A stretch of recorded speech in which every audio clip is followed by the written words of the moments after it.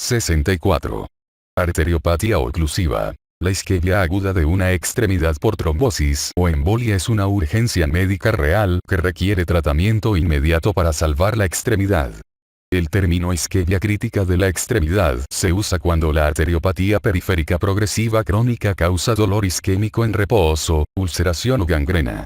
A pesar de las mejoras en el tratamiento de la arteriopatía periférica, la mortalidad actual a un año después del inicio de la isquemia crítica de la extremidad es mayor al 25% y también 25% de los sobrevivientes requieren amputación. El diagnóstico de la isquemia aguda en la extremidad se basa sobre todo en los hallazgos de un interrogatorio y exploración física detallados. Al hacer el diagnóstico, es necesaria la participación urgente del radiólogo y el cirujano vascular para confirmarlo e iniciar el tratamiento a fin de restaurar el flujo sanguíneo a la extremidad afectada.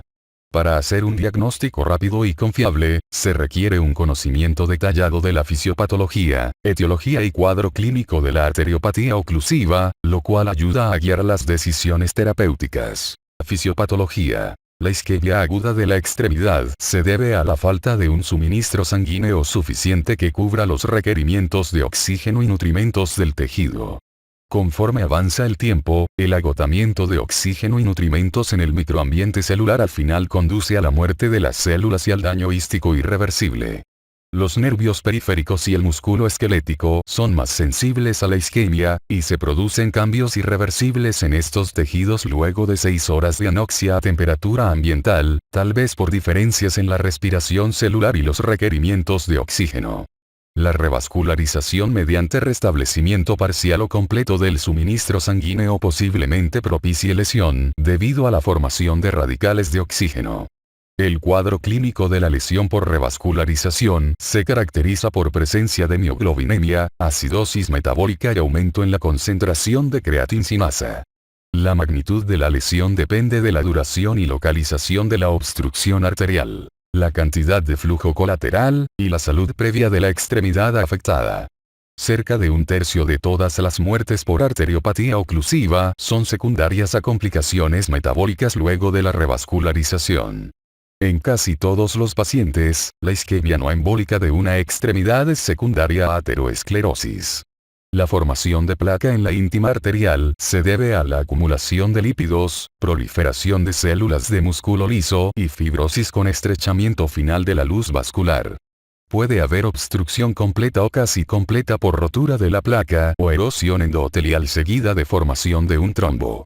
La progresión de la lesión isquémica ocurre por varios mecanismos. 1. Propagación del coágulo hasta ocluir los vasos colaterales. 2. Edema distal secundario a la isquemia, lo que eleva la presión del compartimiento, síndrome del compartimiento. 3. Fragmentación del coágulo en la microcirculación. Y 4. Edema de las células de la microvasculatura.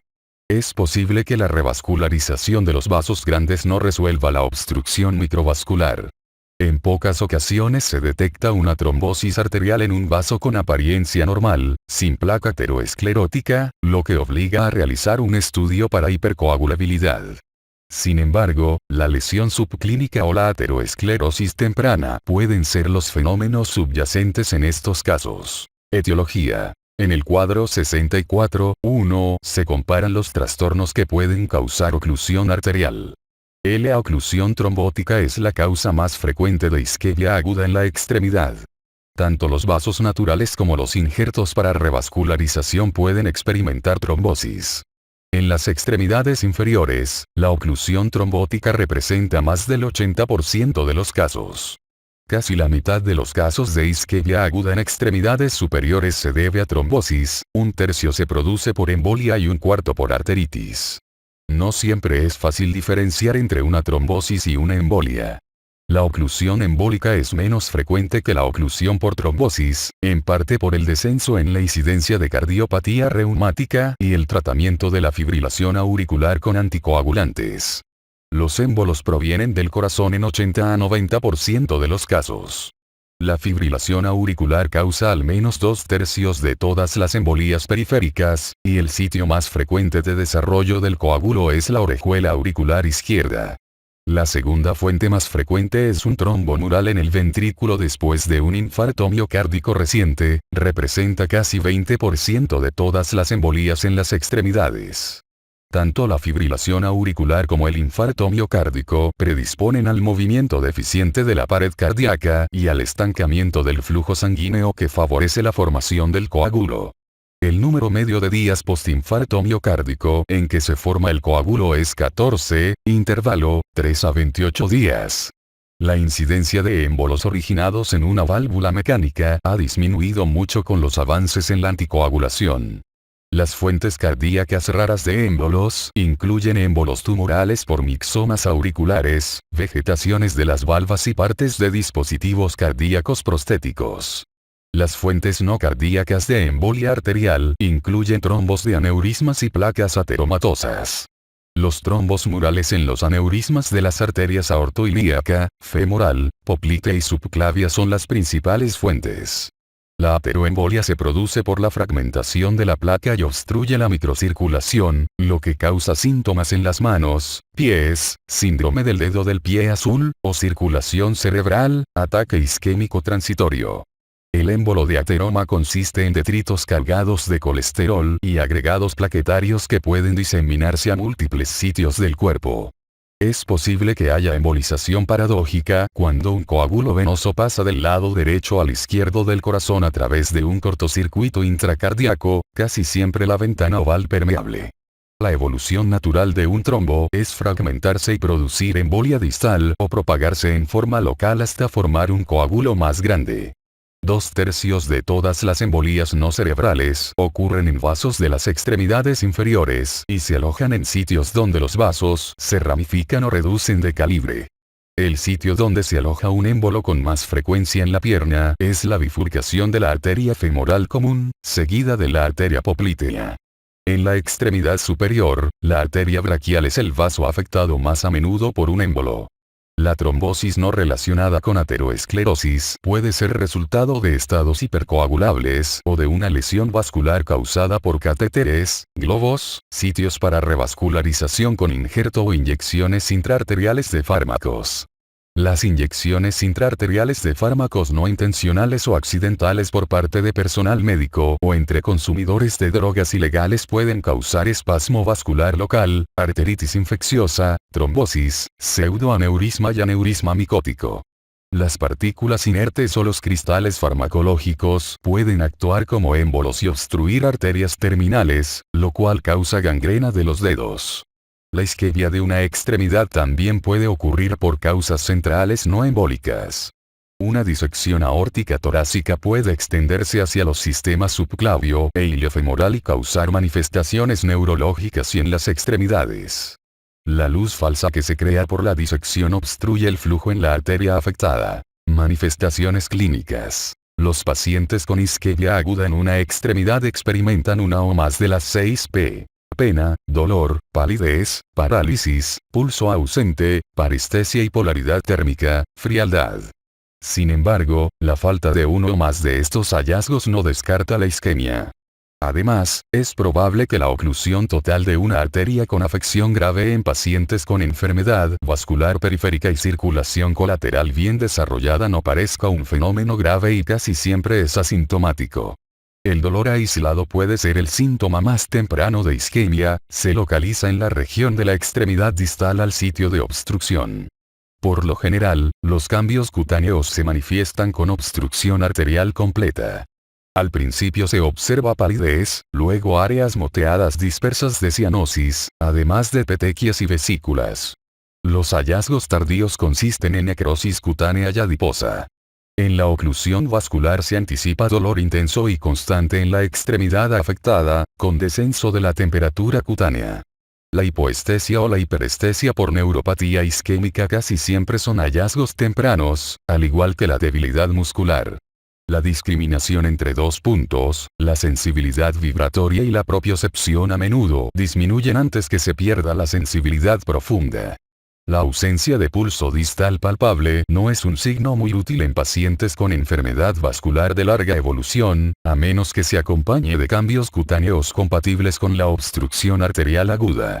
Sin embargo, la pérdida súbita de un pulso que antes era fuerte es muy sugestiva de embolización aguda. Conforme avanza la lesión isquémica, surgen indicios de anestesia y parálisis, y anuncian la gangrena inminente, con pérdida de la viabilidad de la extremidad.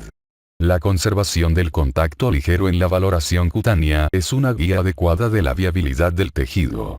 Es muy improbable que alguien con una extremidad con isquemia aguda prolongada y signos de parálisis muscular y pérdida sensitiva conserve la viabilidad de la misma. A pesar de la creencia general de que el salvamento de la extremidad es posible con la reperfusión en 4 a 6 horas, puede haber pérdida de tejido con periodos de oclusión mucho más cortos. El límite temporal para la viabilidad de la extremidad depende de la efectividad de la circulación colateral. Por lo tanto, no debe usarse un periodo de tiempo arbitrario para descartar las opciones terapéuticas. Es posible que haya disfunción leve a grave de la extremidad, incluso con una lesión que solo causa anoxia breve.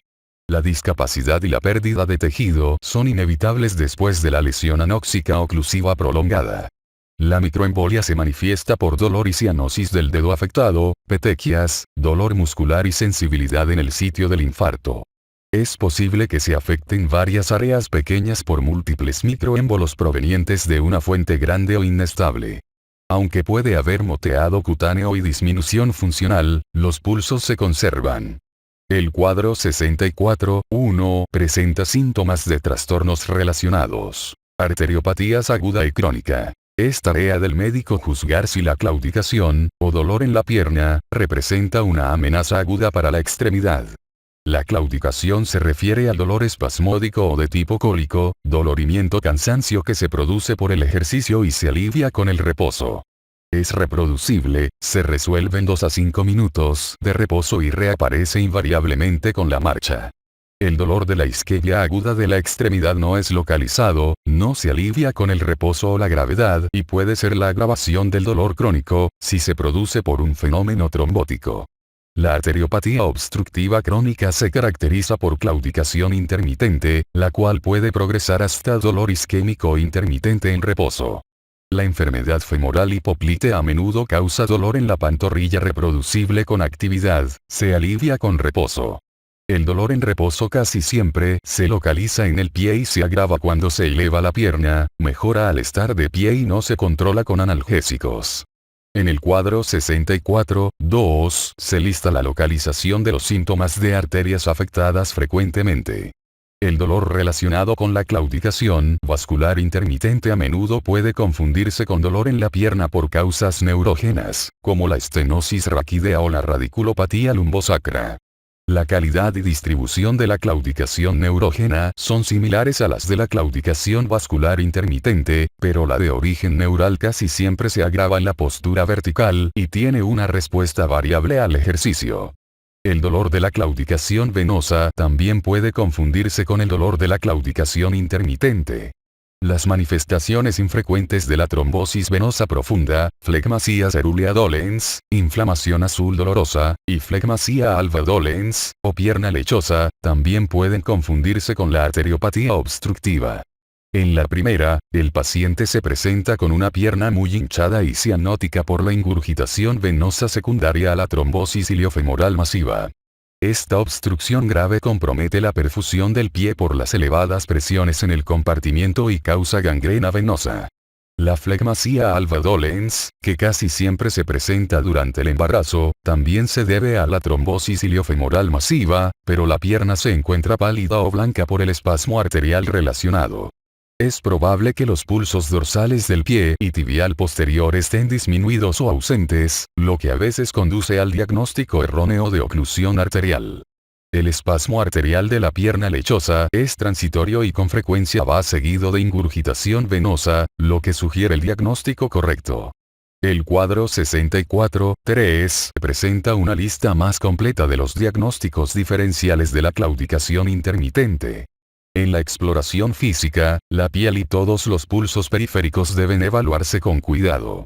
La piel brillante e hiperpigmentada con pérdida de vello y ulceración, uñas engrosadas, atrofia muscular, soplos vasculares y pulsos deficientes son distintivos de la arteriopatía obstructiva crónica. Mientras que las úlceras por insuficiencia venosa ocurren cerca del maléolo medial, las úlceras arteriales tienden a ocurrir en el pie y dedos, casi siempre son más dolorosas. Como la insuficiencia venosa y arterial a menudo ocurre al mismo tiempo, debe sospecharse arteriopatía en casos con una úlcera venosa crónica que no cicatriza. Los pulsos periféricos pueden ser muy difíciles de confirmar. El uso de un dispositivo Doppler manual puede ser de gran utilidad. También es necesario hacer una exploración cardiovascular y abdominal completa, que incluya auscultación en busca de soplos y palpación de la aorta. Debe explorarse la extremidad no afectada para buscar algún signo de arteriopatía obstructiva. Si existen cambios en la extremidad asintomática, el diagnóstico apunta a una causa trombótica arterial y no a una embolia. Diagnóstico. La valoración clínica es la herramienta diagnóstica más útil para la valoración de la arteriopatía oclusiva. Si se sospecha isquemia aguda que pone en peligro la extremidad con base en los datos clínicos, debe consultarse al cirujano vascular antes de obtener la confirmación con imágenes. Un antecedente de isquemia súbita de la extremidad en un paciente con fibrilación auricular o infarto miocárdico reciente es muy sugestivo de un émbolo. Es más probable que la isquemia aguda de la extremidad en un paciente con arteriopatía obstructiva avanzada ya conocida sea resultado de trombosis o un estado con gasto cardíaco bajo. En una persona con obstrucción embólica es inusual que haya antecedente de claudicación y la exploración de la extremidad asintomática casi nunca revela evidencia de enfermedad oclusiva. El cuadro 64.4 presenta una comparación más detallada de la embolia aguda y la trombosis. Es posible diagnosticar la hipoperfusión en la cama misma del paciente mediante el blanqueamiento de la extremidad afectada con la presión de un dedo para observar si el retorno sanguíneo es más lento que en la extremidad asintomática. Un periodo de 2 a 3 segundos se considera normal. Sin embargo, varios factores influyen en el llenado capilar, por lo que no puede confiarse solo en la presencia o ausencia de este hallazgo. La ecografía con un dispositivo Doppler manual permite documentar la amplitud del flujo o su ausencia cuando el dispositivo se mantiene sobre la arteria dorsal del pie, tibial posterior, poplitea o femoral en la extremidad inferior, y sobre la arteria radial, cubital, braquial o axilar en la superior. Cerca del 10% de los pacientes tiene solo un pulso pedio en el tobillo debido a una variación anatómica. Si se detecta flujo Doppler en la extremidad afectada, pueden calcularse el índice tobillo-brazo y las presiones segmentarias en la pierna. El índice tobillo-brazo es la proporción entre la presión sanguínea sistólica con el manguito colocado precisamente arriba del maléolo, con la sonda Doppler sobre la arteria tibial posterior o la dorsal del pie, y la presión braquial más alta en cualquiera de los brazos, figura 64.1. Los pacientes con arteriopatía obstructiva crónica tienen un índice tobillo-brazo menor de 1,0. Este índice se calcula para ayudar a determinar la gravedad de la arteriopatía periférica. Los valores menores de 0,25 sugieren enfermedad vascular que podría poner en peligro la extremidad, y sería provechosa la consulta con un cirujano vascular en la sala de urgencias a pesar de la ausencia de obstrucción completa. Es probable que un índice tobillo-brazo mayor de 1,3 sea secundario a un vaso no compresible y puede obtenerse en pacientes con calcificación vascular grave. En tales casos puede medirse el índice dedo del pie-brazo, pero la técnica requiere equipo especializado. También son útiles las cifras de presión sanguínea segmentaria medidas con el dispositivo Doppler en la arteria tibial posterior o en la dorsal del pie y con el manguito colocado debajo de la rodilla, arriba de la rodilla y en el muslo. Una diferencia de 30 milímetros de mercurio o más entre dos niveles adyacentes, cualesquiera permite localizar con precisión el sitio de obstrucción. Con la reperfusión exitosa, el índice tobillo-brazo y las presiones segmentarias comienzan a regresar a su valor inicial o a normalizarse, si no hay obstrucción residual después de disolver el coágulo. Pruebas de laboratorio. Además de realizar el interrogatorio y la exploración física, deben solicitarse pruebas básicas de laboratorio más un electrocardiograma, panel de coagulación, concentraciones de marcadores cardíacos y concentración total de creatinasa. Las cifras de marcadores cardíacos y el electrocardiograma son necesarios para identificar la enfermedad cardíaca relacionada o un infarto miocárdico agudo que genere un émbolo. La vigilancia cardíaca permite detectar una arritmia, puede practicarse un ecocardiograma para buscar un trombo intracardíaco, si hay sospecha clínica. Imágenes. Si hay dudas sobre el diagnóstico de oclusión arterial, la ecografía doble del sistema arterial sospechoso permite detectar la obstrucción al flujo. La ecografía doble es muy precisa para detectar la obstrucción completa o incompleta de los vasos femoral común, femoral superficial y popliteo, así como en injertos para revascularización previos. La sensibilidad para localizar una oclusión tromboembólica disminuye al nivel de la pantorrilla y sitios más distales. De igual manera, la ecografía doble es muy sensible para detectar obstrucción en las arterias axilar, subclavia y braquial. Casi siempre es necesario un arteriograma antes de la intervención quirúrgica.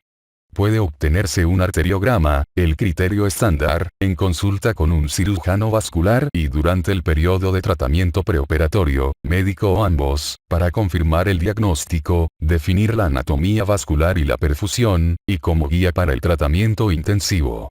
El angiograma ayuda a dirigir el tratamiento y descartar la oclusión embólica, imagen radiográfica como corte súbito en el flujo sanguíneo en un vaso normal o con alteraciones mínimas, cuando la viabilidad de la extremidad está en peligro agudo. Una ventaja de la arteriografía es la capacidad para realizar esta prueba en la mesa de operaciones antes y durante la intervención quirúrgica. Desafortunadamente, la prueba es costosa y requiere mucho tiempo, implica la administración de material de contraste. Aunque la imagen por resonancia magnética es un método exacto e incruento, su empleo para una extremidad no es práctico por las limitaciones de tiempo ante la isquemia aguda de la extremidad. Sin embargo, cuando se sospecha una disección aórtica o alguna fuente de microembolías, como aneurismas aortoilíaco o femoral, el aortograma, tomografía o resonancia son de utilidad. La tomografía, con contraste, que es la técnica más accesible en la mayor parte de salas de urgencias, tiene sensibilidad similar a la ortografía. La resonancia es más sensible y específica, pero es menos accesible. La ecocardiografía transesofágica también es una técnica exacta para detectar anomalías cardíacas o en la raíz aórtica. Tratamiento. Los objetivos terapéuticos para la obstrucción arterial aguda incluyen restauración del flujo sanguíneo, conservación de la vida y la extremidad, y prevención de trombosis o embolia recurrente. En el cuadro 64.5 se resumen los tratamientos en la sala de urgencias. Aunque no se han realizado estudios que establezcan un beneficio definitivo con alguno de los antitrombóticos usados a menudo para la oclusión arterial aguda, cuando hay certeza o sospecha del diagnóstico de isquemia aguda de la extremidad, la práctica actual es la administración inmediata de heparina no fraccionada intravenosa. Una dosis ajustada al peso del paciente de heparina no fraccionada a razón de 80 unidades por kilo en bolo seguido de infusión de 18 unidades por kilo por hora tarda poco en alcanzar una concentración terapéutica y el tiempo de tromboplastina parcial activada deseado. La finalidad de la anticoagulación temprana es prevenir la extensión del coágulo, la embolización recurrente, trombosis venosa y aparición de microtrombos distales a la obstrucción, así como la oclusión recurrente después de la reperfusión. Aún no está claro si la administración de heparina mejora el resultado en la situación clínica con trombosis en una arteria con placa ateroesclerótica. Debe administrarse ácido acetil salicílico. No deben olvidarse los tratamientos de apoyo, como la administración de analgésico y la posición descendente de la extremidad. A veces es necesaria la reanimación con líquido y el tratamiento de la insuficiencia cardíaca y arritmias para mejorar la revascularización de la extremidad.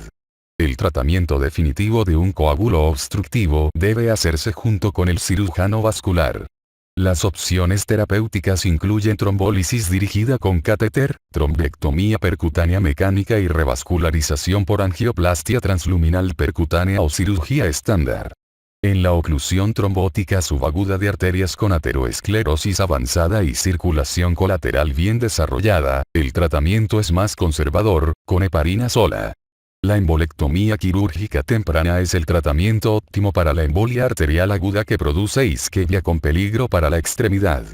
El uso de trombolíticos como tratamiento único o junto con otras modalidades terapéuticas para la isquemia aguda de la extremidad es controvertido, ya que los estudios con asignación al azar controlados con trombolíticos frente a cirugía no han establecido que alguno de ellos sea preferible. La trombólisis intraarterial dirigida por catéter ha sustituido a la trombólisis sistémica para la arteriopatía periférica embólica o trombótica. La bibliografía documenta el uso de múltiples fármacos trombolíticos distintos administrados por venóclisis durante horas o días como alternativa a la intervención quirúrgica, con una tasa de revascularización exitosa de 50 a 85%. Las desventajas del uso de trombolíticos incluye retraso del restablecimiento del riego sanguíneo, que podría ocurrir horas después de iniciar el tratamiento farmacológico, y el riesgo considerable de hemorragia local o sistémica, incluso hemorragia intracerebral letal. Se pensaba que el restablecimiento del riego sanguíneo gradual producido con los trombolíticos podría disminuir la probabilidad del síndrome por revascularización. Sin embargo, los datos de 3 estudios multicéntricos con asignación al azar grandes que compararon trombólisis con cirugía en el tratamiento de la obstrucción arterial aguda contradijeron esta idea. Los resultados no mostraron un descenso en la mortalidad, mejoría en el salvamento de la extremidad, mayor seguridad ni menores costos del tratamiento en los grupos con trombólisis de estos estudios. Sin embargo, los resultados del análisis por subgrupo sugirieron que la trombólisis podría tener un sitio en el tratamiento de la oclusión de injertos para revascularización y en la trombosis aguda de una extremidad con insuficiencia arterial crónica y flujo colateral adecuado. Además, la trombólisis también es una alternativa atractiva para los pacientes que no son aptos para la intervención quirúrgica o en presencia de oclusión tromboembólica distal en pequeñas arterias que no son accesibles por medios quirúrgicos. La recomendación final es que la trombólisis dirigida por catéter debe considerarse una opción terapéutica en pacientes con enfermedad trombótica o embólica menor de 14 días, siempre que el sujeto tenga riesgo bajo de necrosis muscular o daño nervioso isquémico durante el tiempo necesario para lograr la revascularización. La decisión sobre el método de revascularización es compleja. La angioplastía transluminal percutánea puede ser una opción atractiva para la arteriopatía obstructiva. La cirugía abierta todavía es el tratamiento estándar de referencia y una alternativa importante para pacientes con pronóstico favorable de largo plazo. El tratamiento no quirúrgico de la arteriopatía obstructiva crónica se enfoca en la combinación de eliminación del tabaquismo, ejercicio y fármacos. La mortalidad vascular se reduce en 25% con el uso de ácido acetil salicílico en pacientes con enfermedad vascular y debe recomendarse para pacientes con arteriopatía obstructiva. Los lineamientos del Colegio Americano de Cardiología / Asociación Americana del Corazón de 2005 incluyen cilostazol, un inhibidor de la fosfodiesterasa, como recomendación de clase 1 para el tratamiento de la claudicación en pacientes con arteriopatía obstructiva. 2. Evitar en enfermos con insuficiencia cardíaca. La pentoxifilina se considera un tratamiento de segunda línea para la claudicación, clase 2B. Destino del paciente y vigilancia posterior. Todos los pacientes que requieren intervención quirúrgica se hospitalizan. Los que tienen arteriopatía periférica crónica sin peligro inmediato para la viabilidad de la extremidad, sin enfermedades concomitantes que demanden intervención inmediata, hipertensión o hiperglucemia, pueden regresar a casa con seguimiento del cirujano vascular o médico de atención primaria para atención adicional y una nueva valoración. Debe instruirse a los pacientes para que regresen de inmediato en caso de agravación súbita de los síntomas. Debe prescribirse ácido acetil salicílico, 75 a 100 mg al día, si no hay contraindicaciones. Guías de práctica clínica. Ya se publicaron los lineamientos para el tratamiento de pacientes con arteriopatía periférica, extremidad inferior, renal, mesentérica o aórtica abdominal, y están disponibles en un sitio web. Isquemia de la extremidad superior. La oclusión arterial aguda de las extremidades superiores es mucho menos frecuente que en las extremidades inferiores. Cuando la circulación colateral está bien desarrollada en el hombro y el codo, la oclusión arterial es mucho más tolerable. En la extremidad superior son raros el dolor isquémico en reposo y la gangrena en ausencia de embolización distal. Las causas de isquemia de la extremidad superior incluyen espasmo vascular, arteritis, traumatismo, rotura de placa ateroesclerótica, embolia, lesión iatrógena, por ejemplo, durante el acceso arterial braquial para cateterismo cardíaco, síndrome de opérculo torácico, aneurismas y estados hipercoagulables. Después de la exploración clínica, si se sospecha isquemia se realiza una investigación adicional con mediciones de la presión sanguínea segmentaria por arriba y debajo del codo, valoración Doppler, ecografía doble y arteriografía. El tratamiento de la isquemia aguda que pone en peligro la mano y antebrazo incluye heparinización, cuadro 64, 5, y tromboembolectomía quirúrgica urgente.